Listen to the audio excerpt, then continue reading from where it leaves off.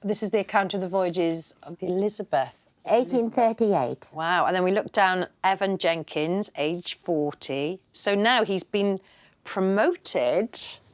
He's now the master. To be a captain. Captain Jenkins, yay! Oh, and he signed it master and owner. What, so he owns the ship? Yes.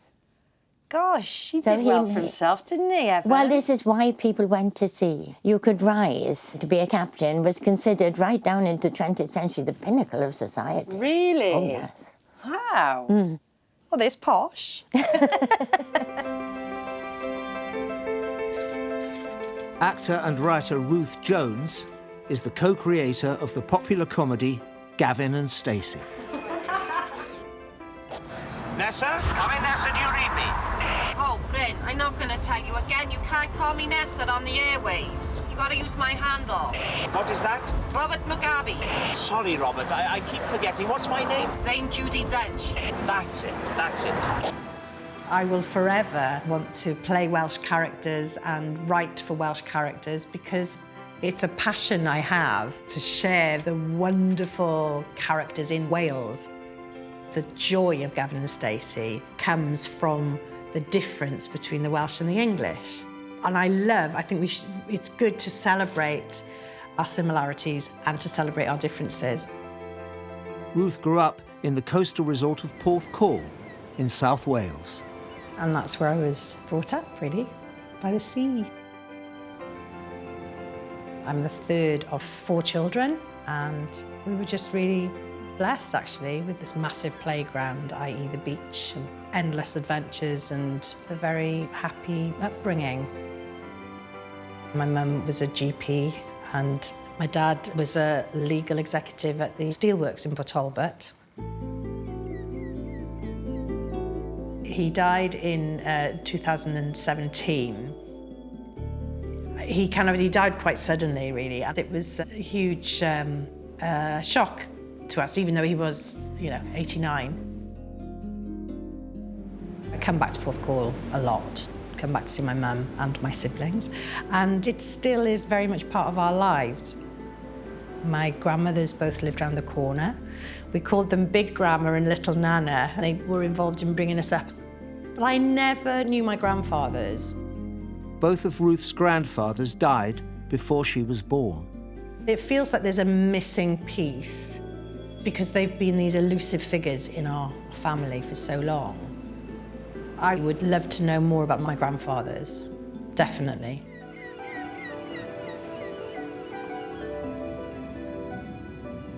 We're just coming into Porthcawl now. I always love this bit because you have the harbour on the left there. Lots of childhood memories. Because Porthcawl is very similar in lots of ways to Barry Island, in that it's a seaside resort. So that's why I was quite at home with my character, Nessa, in Gavin and Stacey, being from Barry Island, because I knows the ways of a seaside resort. I won't talk about Porthcawl, I'll never go there. It's a very dark place, and I won't say why. Now, we're just going past Porthcawl Pavilion, where I used to do all my school shows, and I was in several musicals with Rob Brydon. I'm on my way to see my mum, who still lives in the house that we were brought up in. I'm looking forward to talking to her about her father, my grandfather, Lynn, who I never met. But my mum hardly knew him because she was 2 when he died. Yeah, I'd love to know more about him. I really would. He is a complete mystery.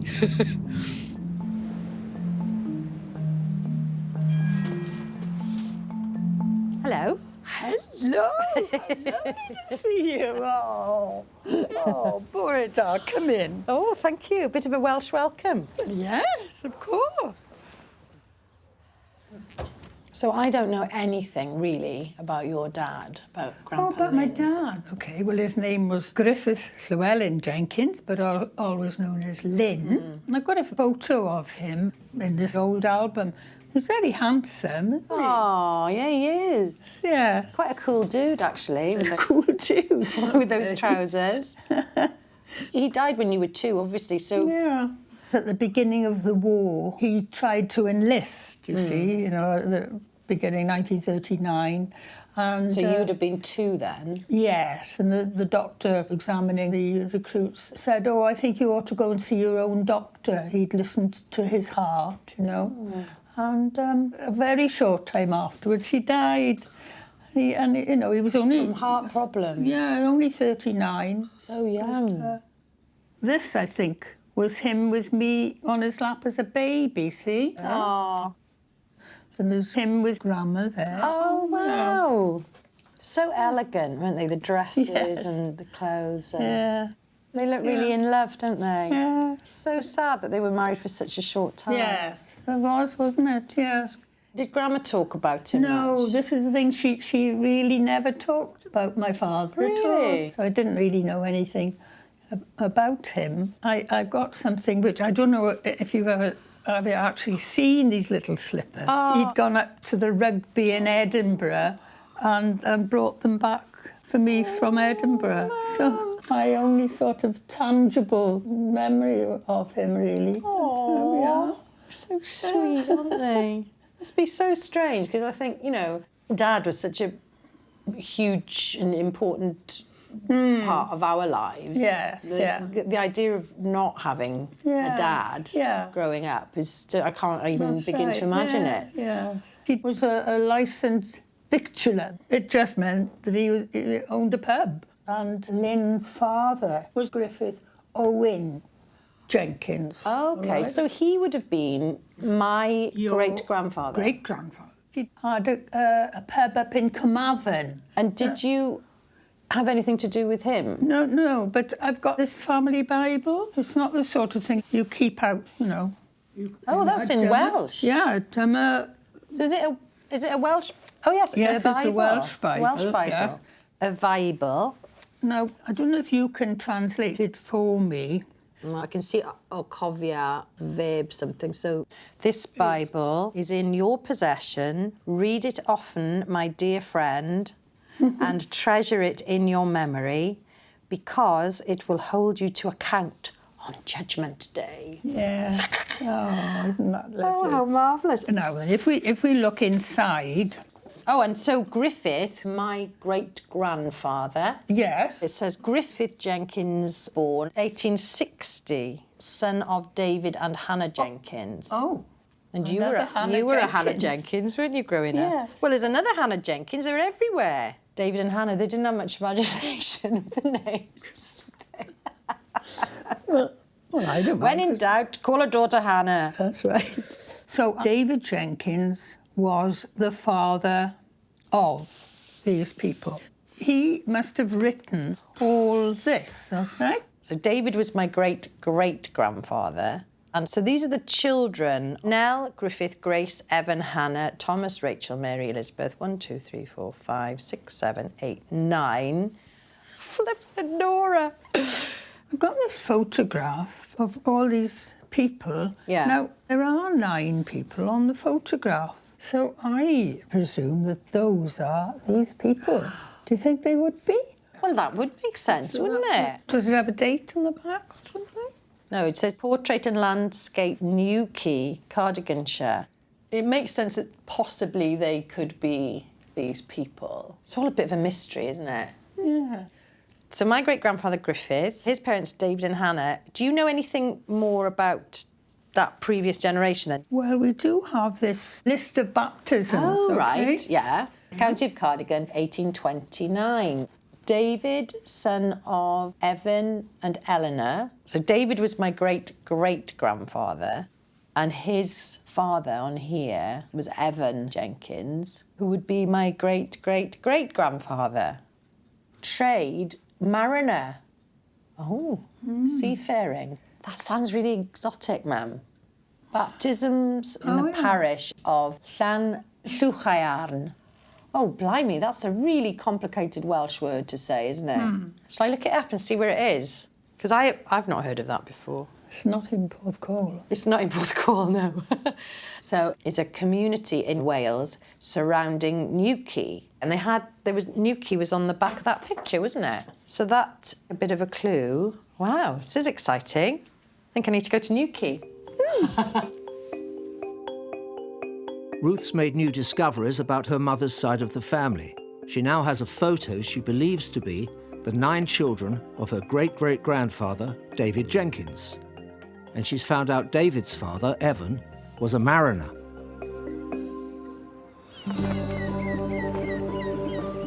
Both clues have led her to Newquay, on the west coast of Wales. She's meeting local historian Sue Passmore to find out about her great-great-great-grandfather's life at sea. Sue. Hello, Ruth. Hello. How nice to see you. Lovely to meet you. Come in. Thank you very much. So, Sue, I have discovered that my great-great-great-grandfather, Evan Jenkins, was from Newquay and he was a mariner. And that's all I know. Can you tell me anything? Yes, well, here is a document that will give you an idea of what he was doing. This is a list of the voyages of the ship Eleanor. So we've got here a count of the crew. Yes, now this is the exciting bit. Ooh.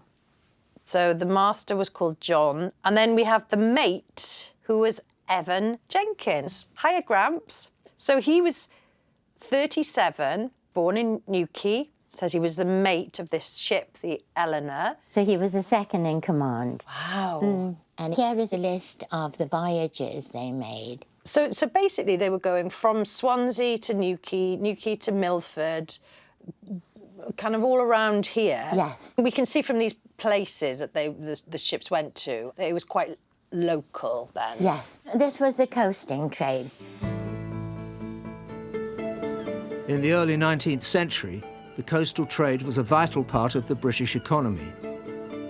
Before railways became widespread, mariners like Ruth's great-great-great-grandfather kept the goods and raw materials of the Industrial Revolution moving. The coast of Britain was peppered with ports, big and small. But Newquay first began as a port way back in 1690. When they first built a quay, we weren't Newquay until they built the quay. So it's literally A new the quay. new quay. Yes, and in the first time it 1690. appears in all the documents, new quay. That is why Evan went to sea, because by the time he was born, for 100 years there'd been a long tradition of seafaring here. Oh, I see. How would he have trained for that then? He would have gone to sea as a little boy. Wow, really? Yes, perhaps at the age of 9. They were wonderfully experienced because they learned to sail in every kind of weather. Yeah. And they learned on the job.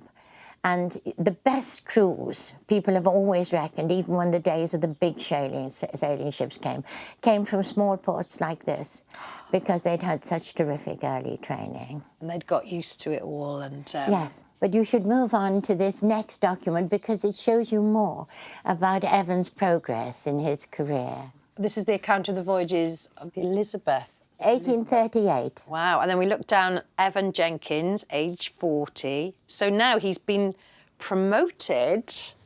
He's now the master. To be a captain. Captain Jenkins, yay! Oh, and he signed it master and owner. What, so he owns the ship? Yes.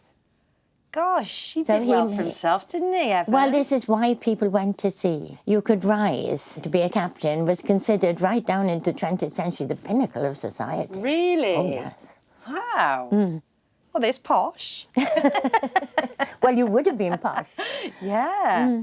Do you know what makes me laugh is that my poor mum gets terrible seasickness. Oh, no. Yes, so she obviously didn't inherit those genes from Evan. Well, Lord Nelson was seasick every time he went to sea. So tell her not to worry. Yes.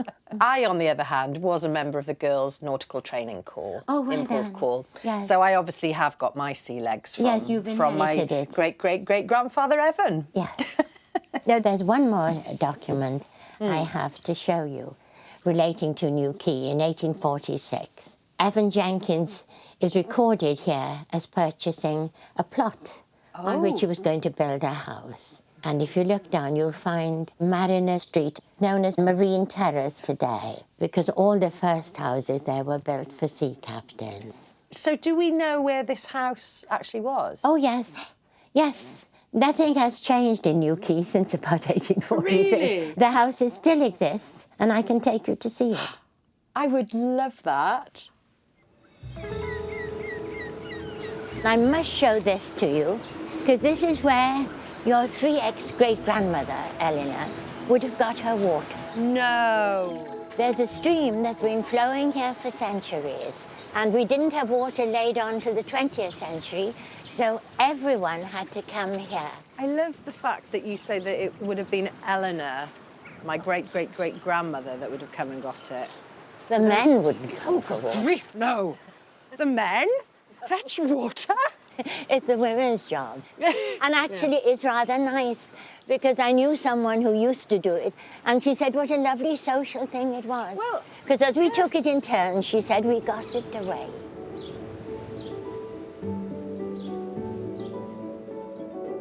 So this is Marine Terrace, Yeah. number 1. Is this it? Yes. Yeah.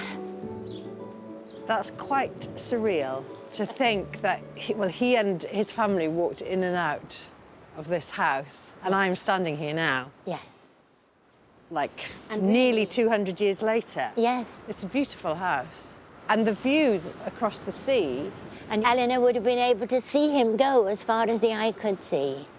that's absolutely wonderful. It really is.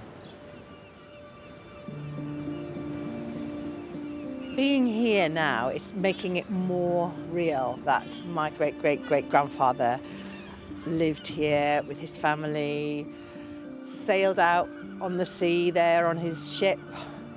I feel very connected to him.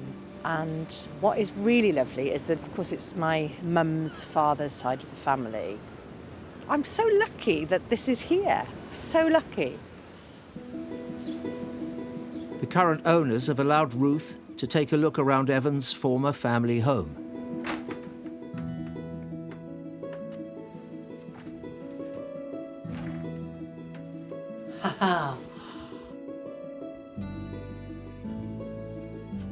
There's something quite, not spooky, because it's not spooking me out. It's lovely. Something quite calming about being here. Quite comforting, actually. So the conversations that would have gone on in this hallway, you know, when Evan walked through the door after a few days at sea, you'd have been going, all right, Shemai, dwi wedi bod ar y môr am wythnos. I've been on the sea for a week. Beth sy am cinio? What's for dinner? Something like that. Yeah, but it's a gorgeous home. He was a lucky man, wasn't he?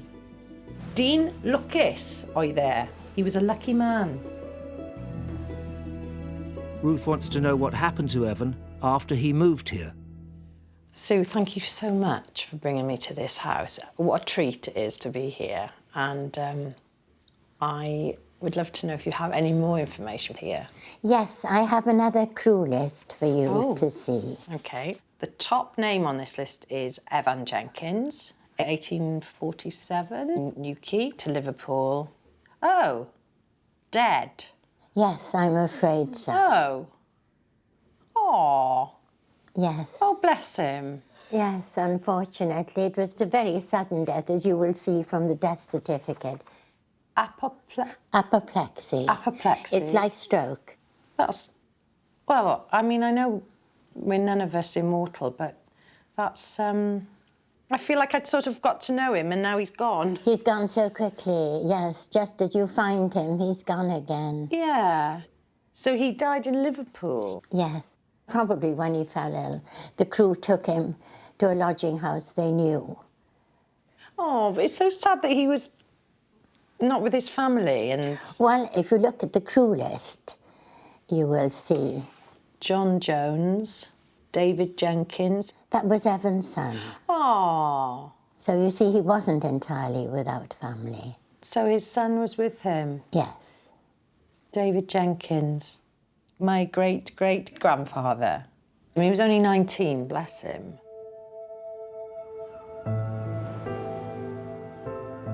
There's something reassuring to know that Evan's son was with him when he died, and his son was David Jenkins, who is my great-great-grandfather. The same David Jenkins that married Hannah and then went on to have those 9 children who are all listed in the family Bible. And I love joining the dots up like that.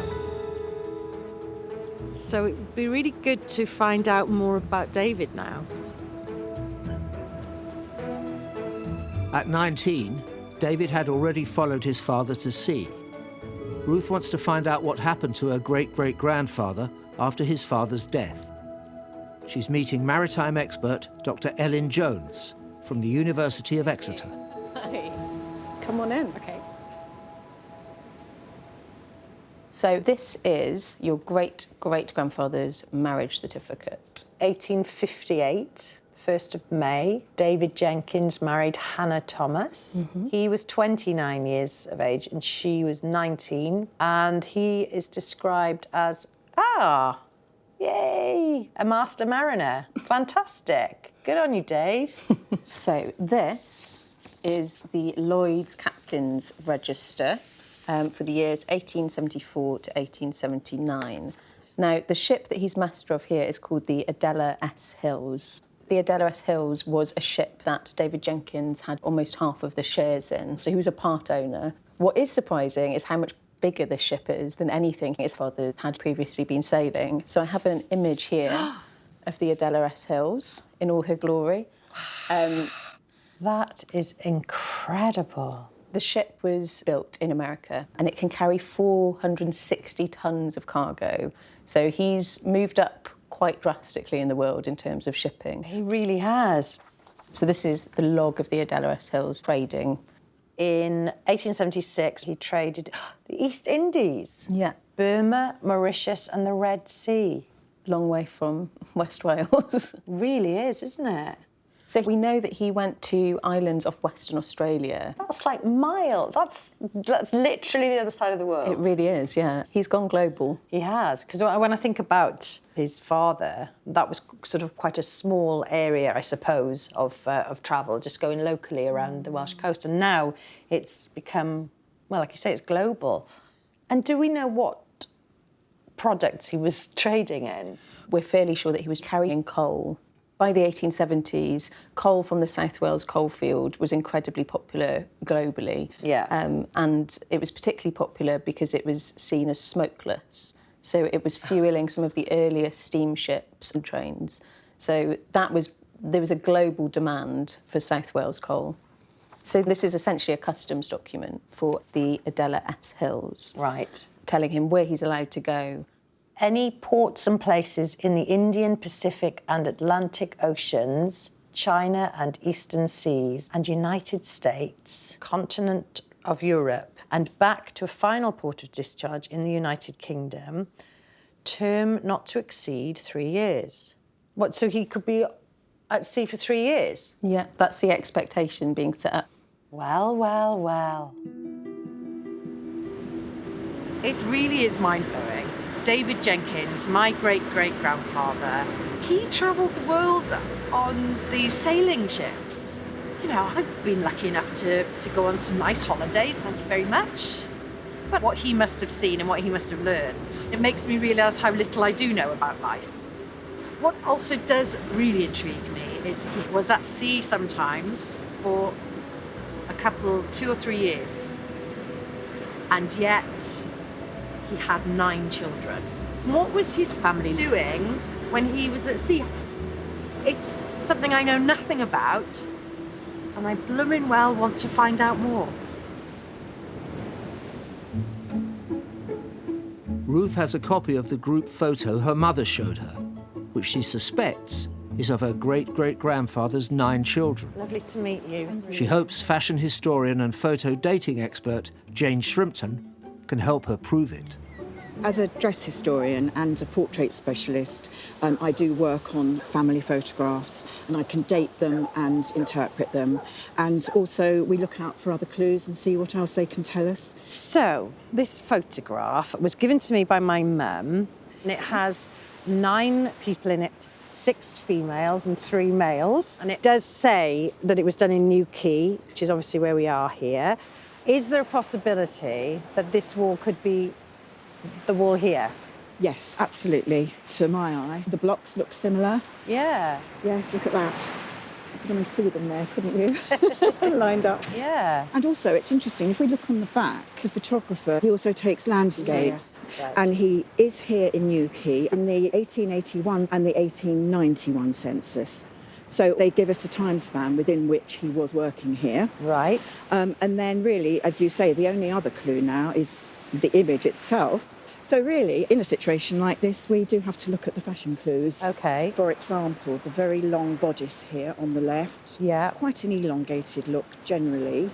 The men have got quite slender clothes. So we're looking at that sort of silhouette, and also the styles of headwear, because hats and caps are very subject to fashion. Yeah. So my immediate thought is early to mid 1880s. Can I just ask you about this hat here on this? You can ask me, and I don't actually know the answer to that one. Okay. Personally, I think she's either made her own hat, possibly even knitted. Oh. If you think about the sort of knitting tradition of... Yes, My mother knitted exactly, this. Yes. They must be related. It's in the family, isn't it? So, so I think, you know, it's something that she's put together herself, possibly. Can I also now ask you about the men in the picture? Yes. We've got 3 of them. His hat is a bit different from his brother's hat. Yes. These 2 are more or less in ordinary civilian dress, and they're wearing the mourning coat, and this was very much the style of the 80s. Right. So I think we're looking at about 1883, 84. Right, okay. So, you know... Okay. Also, I noticed that this lady here, who's in the middle of the photo, looks to me like she might be the oldest. She seems to be in a much richer fabric. It almost looks like crushed velvet or something. I think what she's wearing is the form of velvet. It's called plush, and it's really strongly associated with the 80s. Right, okay. So it's very much of its time. If we assume that that's Nellie, the oldest in the middle, then I think he looks like the next oldest. Yes, I would say so. In which case, that would be Griffith, my great-grandfather. Great-grandfather. And also, I think he's a very handsome chap, and obviously. Obviously. The genes run in the family. Yes, exactly. I think that's a really plausible interpretation. Yeah. So we've got 9 people who are likely to be siblings. 6 females and 3 males. And really, at this particular date, which we've agreed does seem to fit all 9 siblings, who else is there going to be in the family with the right makeup, really, of people? So, well, thank you for that, because it's, I feel like they are this wonderful collection of a great-grandparent and a load of great-great-aunts and uncles. It dawned on me today that, without realising it, I took on the surname of Jenkins in Gavin and Stacey, because Nessa's full name is Nessa Shanessa Jenkins. I'm a Jenkins too. And I can just imagine she'd have got on very well with Evan, my great-great-great-grandfather, and David, my great-great-grandfather. I'm not sure she'd have got on with Nellie. That Nellie, she's very difficult. I'm not going to lie. Ruth wants to find out what happened to her newfound family members. So she's meeting genealogist Alia Ann Daniels. This is the first article.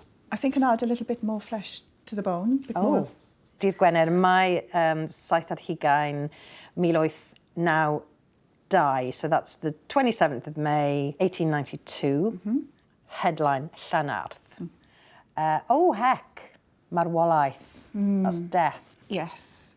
Miss Hannah Jenkins, the daughter of Cadben Jenkins. Cadben, captain. Oh.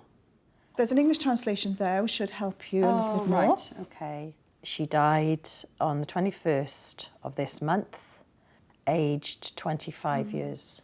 Oh. She was a genial, kind and handsome young woman and had walked a virtuous path in her short life on this earth. She had been suffering from tuberculosis for a long time, but she endured the affliction quietly and with perfect patience. A few minutes before her life on this earth came to an end, She asked her parents to enter her room, and she recited several hymns. And her spirit then flew up to God, who had given her life. Oh, it's a really beautiful tribute, isn't it? It is, it is. What's striking me is that Hannah would have been one of the sisters in that photograph. Yes, yeah.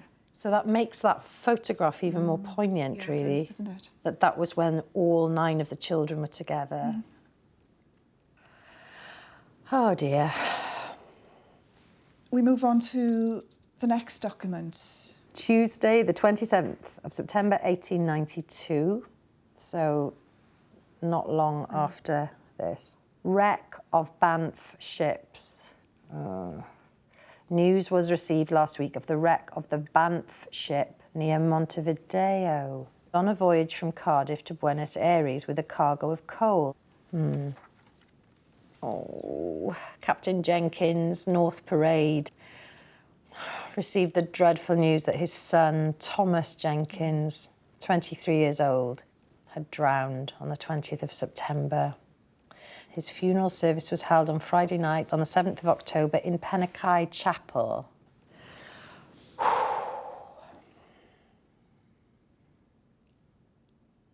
That's horrendous, isn't it?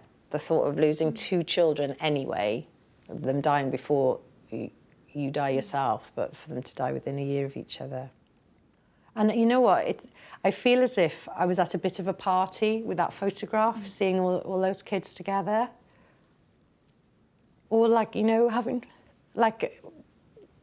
fun and kind of messing around like siblings do. And then in such a short space of time for 2 of them to no longer be around. Got a few group photos of me and my brothers and my sister where my dad has said, come on, let me get a photo of the 4 of you. And it's that moment in time, and I imagine them being the sort of 1880s version of that, and the thought of them losing somebody, like losing one of them and 2 of them going is, that's just so sad. Would they have been buried at Pennakai also? No, they weren't, as it happens. No, they were buried back down the valley, on the other side of the valley, in the parish church. Oh. Next to their mother's family farm. So I could go and visit the graves. Yes. I'd really like to do that, actually. I think, I don't know, it just feels like the right thing to do. The Jenkins family plot is in the home village of David's wife Hannah, Ruth's great-great-grandmother. To look for the grave, Ruth's come to St David's Church in Llanarth. I have to say, what a beautiful spot. I mean, for this to be your final resting place.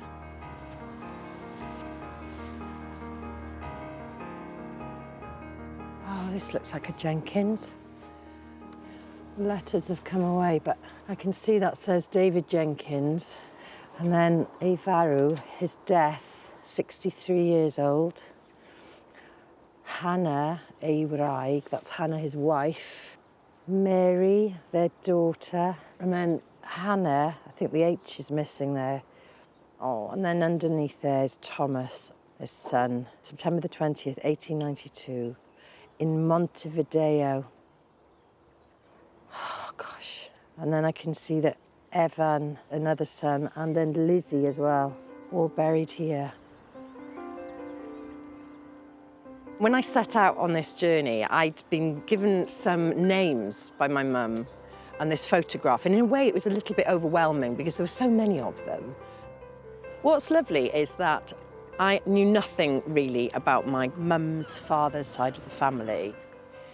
It's like as if there was this closed door, which I never thought to open. And now I've opened it, gone through, and found out all this lovely information about that side of my family. And it's been lovely to sort of posthumously meet these relatives.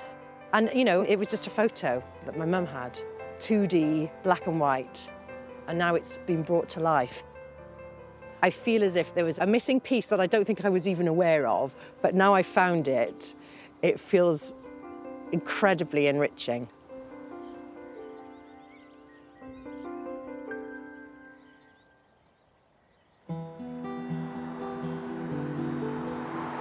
Ruth now wants to find out about the other grandfather she never knew, her father's father, Henry Richard Jones. She's meeting up with her older brother Julian, back in Porthcawl. Hello. How are you? Good. Oh, how's your trip been? Brilliant. Yeah.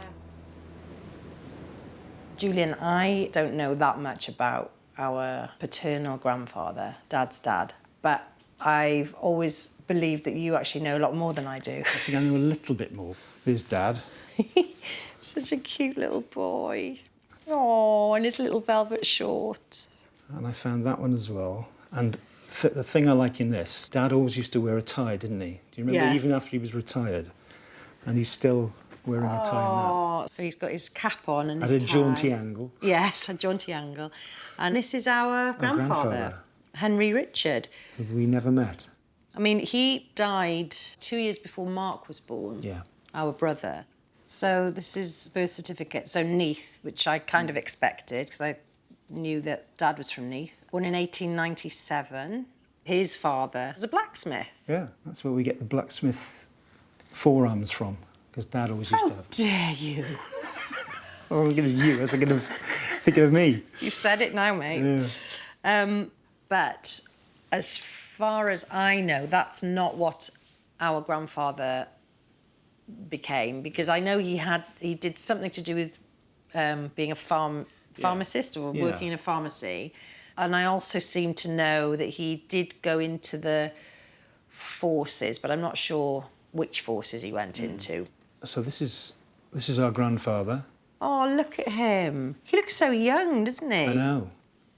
I'm not that good at uniforms, but this does look a bit naval. Yeah. Very dapper. Yeah. A sailor. Now this is his military service record. He's signed up in May 1917, towards the end of the First World War. When he joined up, he was a chemist's assistant. And he's an SBA. An SBA? Sick birth attendant. A sick birth attendant? So he wasn't actually fighting then? Doesn't appear to be. He was looking after people that were injured, presumably, and sick. Yeah. And all the time that he was in the Navy, he was writing to Nana, our grandmother. Oh. And there's a photo of her there.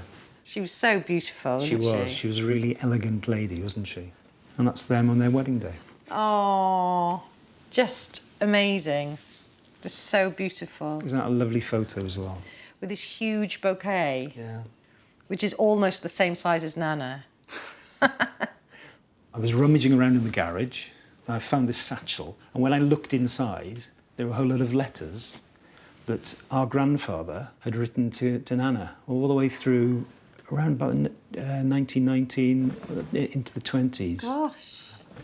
If you want to take those away, you might want to have a little read of the things that are in there. Yeah.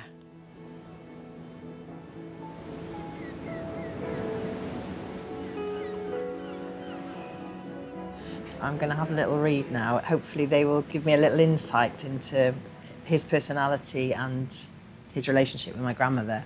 So this one is dated 1919, written from Plymouth, where he was posted. And what I love here is that he writes in Welsh, Diolch yn fawr am y ffotograff, a mae efo'n dda dros ben, which is, thank you for the photograph, it was really good. But I must say that it isn't very true to life. You are far prettier in reality. Oh.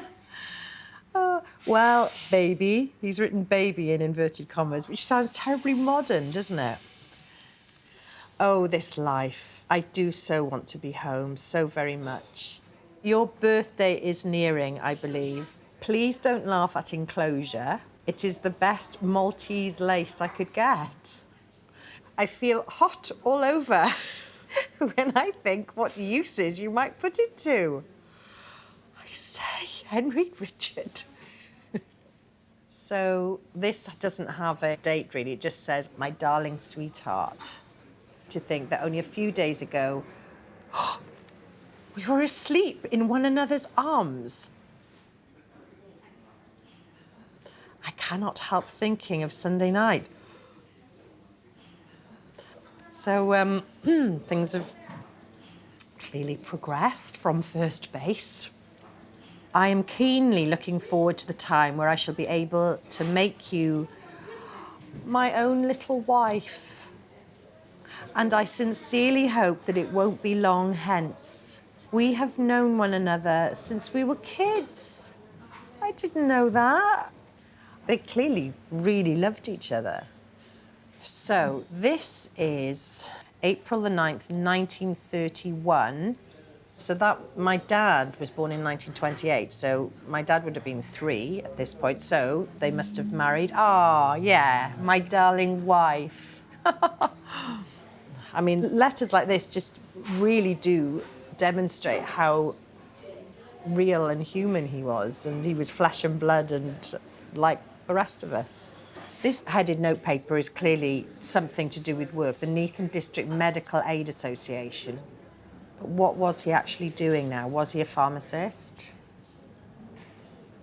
I think maybe if I go to Neath, I might find out more.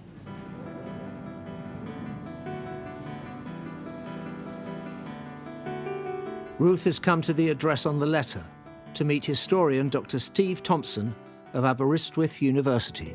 Hello. Hello, I'm Ruth. Hi. I'm Nice Steve. to Nice to meet you. All I know is that he lived here at London Road. Your grandfather would have worked from this building as well. Well, this was the base for the Neath District Medical Aid Society, for providing medical care for workers and their families here in the town. And your grandfather, as I understand, was the person who distributed the medicines. But your grandfather was also secretary of that medical aid society as well. Oh, wow. Busy man, I'm sure. Yes.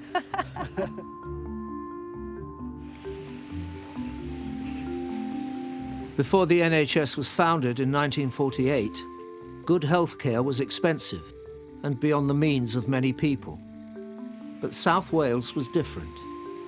By the 1940s, Welsh medical aid societies were providing affordable care for all. Anyone could become a member, and in return for paying a small subscription each month, they would receive free treatment if they fell ill. Because so many joined up, the medical aid societies could offer a high standard of care. As secretary of the Neath Society, Ruth's grandfather was at the heart of the organisation. I do have a document here that you might find interesting. Your grandfather was also the secretary then of the Alliance of South Wales and Monmouthshire Medical Aid Societies. Gosh. This is a sort of an umbrella organisation. It had within it 38,000 members, which is a large number of individuals. But of course, if you think of their wives and their children as well, this is an organisation that is representing the interests of perhaps hundreds of thousands of people right across the South Wales region. Right. So very, very important then. So my grandfather is writing to the Minister of Health. The Right Honourable Ernest Brown, MP, the 27th of May 1943. Sir, I beg to inform you that a meeting of the above alliance held at Cardiff discussed your letter to the alliance regarding a comprehensive national medical service. Gosh, is this the NHS? It is what becomes the NHS, absolutely. Right. The meeting expressed its great disappointment that you could not see your way clear to receive representatives of the alliance until after the publications of the government's tentative proposals. Under the circumstances, I have again been instructed to respectfully request you to take representatives of the above alliance into consultation when the preliminary discussions are taking place and not after their conclusion. So my grandfather was basically saying the medical aid societies should be included in the discussions and the developments, saying, look, don't you go ahead and make these, you need to confer with us. We've got expertise. Yeah. So this medical aid association then was almost like a precursor to the NHS, was it? Absolutely. So very, very important then. So after he sent this letter, what happened? Well, I have some further documents in the library. Well, we have this letter from your grandfather, which is continues the story for you. Okay, so this was October 1945, so the war's been over for a few months, and it's... Oh, my goodness. So this is from my grandfather, and he's now writing to the Right Honourable Aneurin Bevan MP. Recently appointed Minister of Health in the new Labour government. Very interesting. As early as 1943, the Minister of Health in the Conservative-led government had been looking at how to run post-war healthcare. After the Second World War, a Labour government swept to power. The new Minister of Health was Aneurin Bevan. He became known as the father of the NHS and a Welsh political hero. This isn't an orthodox government, and I'm not an orthodox Minister of Health. Like Ruth's grandfather, Bevan grew up in South Wales and had seen how the medical aid societies managed to provide comprehensive care for all. So my grandfather is writing to Bevan. Yes. The Alliance is gravely concerned that although the bill appears to be in an advanced state of preparation, representatives of the Alliance have not been invited to participate in the Minister's discussions regarding the new health service. Any proposals already decided upon may seriously affect the status of the various medical aid societies. This alliance feels that its views should be heard. Yes, quite right. There are a series of letters along these lines where your grandfather is trying to have a presence and an input into the discussions. And he's being kept at arm's length by Bevan. Why would that be? Do we know? I think the creation of NHS is a very big and complex business. There are all manner of different interested groups. So he's making a decision that it seems he doesn't require a discussion with them at this point. I feel very frustrated on behalf of my grandfather because he's really trying his best, isn't he? And Aneurin Bevan should know better, being a fellow Welshman, quite frankly. We have another document here that helps to explain the evolving situation. On January the 25th, 1946, at the Ministry, Bevan welcomed the members of the Welsh Medical Aid Societies. Oh. So he's finally meeting with them. Finally meeting with them, yeah. Yes. And my grandfather is listed there. So he finally got through the door. Yes. He's the secretary of the organisation. He knows exactly what's going on in these discussions. He knows the issues that are at stake. So he's a crucial member of that organisation and then this deputation as well. So he is an important figure within those kinds of discussions. Then. Yeah, absolutely. If we look further on in the document, we can see something of Bevan's attitude. Mr. Bevan replied, "I know the valuable services rendered by associations, and it would therefore be a waste of your time and mine to go over the matter again. I am not emotional about institutions, but I am about people. You have shown us the way, and by your very efficiency, you have brought about your own cessation." So he's basically saying to them, you're not going to be consulted or included. In fact, what you have done is almost pave the way, and because you've been so efficient, you're no longer needed. There is now no place for them. Gosh. He is appreciative of everything that they've done, of their history, of their traditions. As Bevan himself noted, he's familiar with these organisations. But he's very, very keen, of course, then to try to extend the benefits of good medical care, universally supplied to the whole population, to the entirety of the British Isles. I suppose the thing is, although it does feel harsh in a way that Aneurin Bevan is saying, sorry, mate, we don't need you. He's also saying what the medical aid societies have done, and my grandfather's part in that, I guess, have provided like a template almost for this great institution that is the NHS. What I do feel excited about in a perhaps slightly shallow way is that my grandfather knew Aneurin Bevan, which is fantastic. I'm really chuffed about that. I mean, to meet such an incredibly influential figure in our history is something else, really. So your grandfather remains in contact then, in his role, with the Ministry of Health. Wow. So I have another document here then to see how the story continues beyond this point. Delegates from 11 medical aid societies resolved that no opposition should be made to the Minister's National Health Service Bill. But they view with apprehension and grave concern the fact no promise of protection or compensation is made in the bill for the administrative staffs of medical aid institutions. Some, in fact, most of these medical aid society officials have spent a lifetime in the service and are now at an age when it is impossible to find alternative work unless the minister is prepared to utilise their years of experience. So he's basically saying, look, OK, we're not going to oppose the bill. The NHS, this is going to be a great service, this National Health Service, but the people who have worked all these years for the medical aid societies, who have these incredible skills, are now just going to be left out in the cold and are of an age where they probably can't find any other work. Yeah. So your grandfather now, on behalf of the Alliance, is trying to ensure that as many of these individuals who have been working in this particular sphere over many, many years, many decades, are retained perhaps in the new National Health Service in some sort of employment. Yes. So he secures CVs from all those affected and then submits them to the ministry to see if they can be employed. Right. As part of that, he submits his own CV. Oh, I can't bear it because I don't like the idea of him giving in his CV because it's like, look, here we are, this is what I've done. Surname Jones, Christian names Henry Richard. So at this point, he's 49. I am married with 2 children. Oh.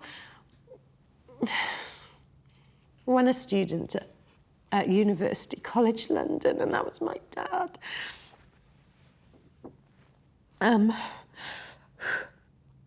Experience, 8 years secretary to the South Wales and Monmouthshire Alliance of Medical Aid Societies, 21 years secretary to the Neath and District Medical Aid Association, 8 years secretary to the Swansea General and Eye Hospital.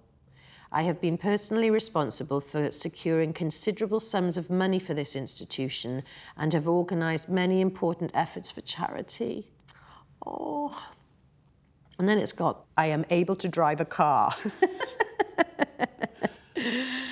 So he has submitted his CV for consideration for employment in the new National Health Service. It's a very impressive CV, isn't it? You know, he's right at the heart then of all these various mutualist and voluntary associations in the region. Yes. He's contributed to the development then of general practitioner services, but also these hospital services. Yeah. And he is constantly, through many, many decades, working towards, you know, the betterment of others. So this is a life well lived. Absolutely. It is, you know, a very, very impressive contribution then to his community and to the broader region.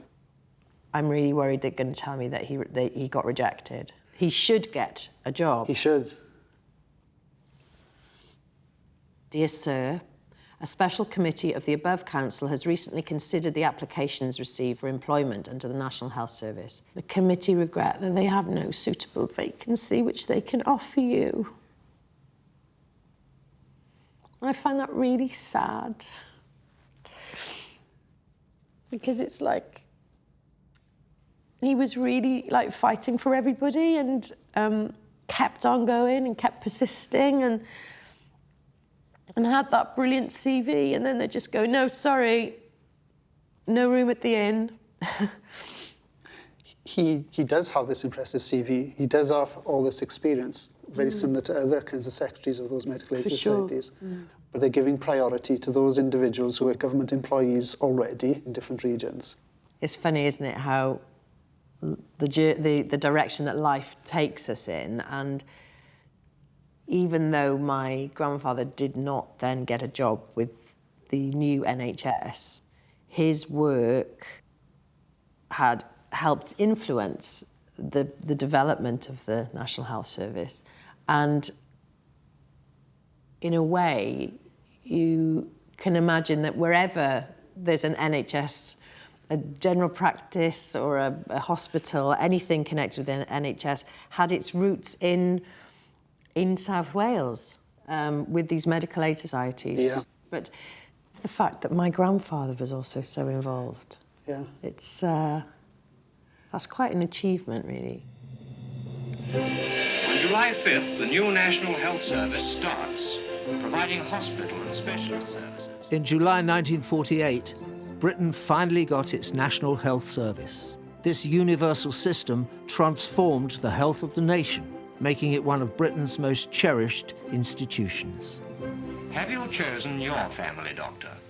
If not, ask your doctor now.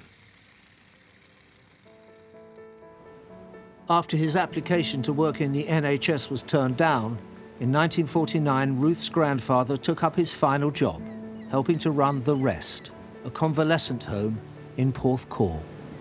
It's so lovely to be here now at Rest Bay with the rest home that was in the background. Whenever I come up here, I always have such lovely memories of my childhood, but also because my dad always told me that my grandfather worked there and was the superintendent at the rest home. I always think about him when I drive up here. He was working with people who were convalescing, and it's just nice to think that he was continuing a caring role, I guess. Although I did feel upset that he didn't get employed by the NHS, I am a big believer there are reasons behind why stuff happens, you know? If he had got a job with the NHS, he may never have left Neath and moved to Porthcawl. My dad, therefore, would not have met my mum, and I wouldn't be sitting here now. I know that when he died, my grandmother, Anita, was absolutely inconsolable. I mean, she really was. And when you think about those letters, those love letters that he wrote, you just think, oh, she must have been so lost without him. The report of my grandfather's funeral, it's got here that he was a kindly man who had devoted the greater part of his adult life on the organisational side of medical aid to his fellow men and women. This gives an indication of his sterling character, always trying to alleviate suffering. Outside of the sphere of medical aid, he went almost unnoticed, but inside it, he had become almost a legend in his own lifetime. It's just so lovely, isn't it? Because you just think, good on you, grandfather Henry Richard Jones. You gave back to life and you helped a lot of people. And that's pretty good going, I think. So I've been on this journey where I've got to meet the family of my grandfather on my mother's side, who I knew nothing about. And I've got to know better the grandfather on my father's side, who I knew very little about. And it's been such a joy. And I am so comforted to find my journey ending where my life pretty much began and where I grew up, in this glorious, glorious town of Porthcawl. It's been wonderful.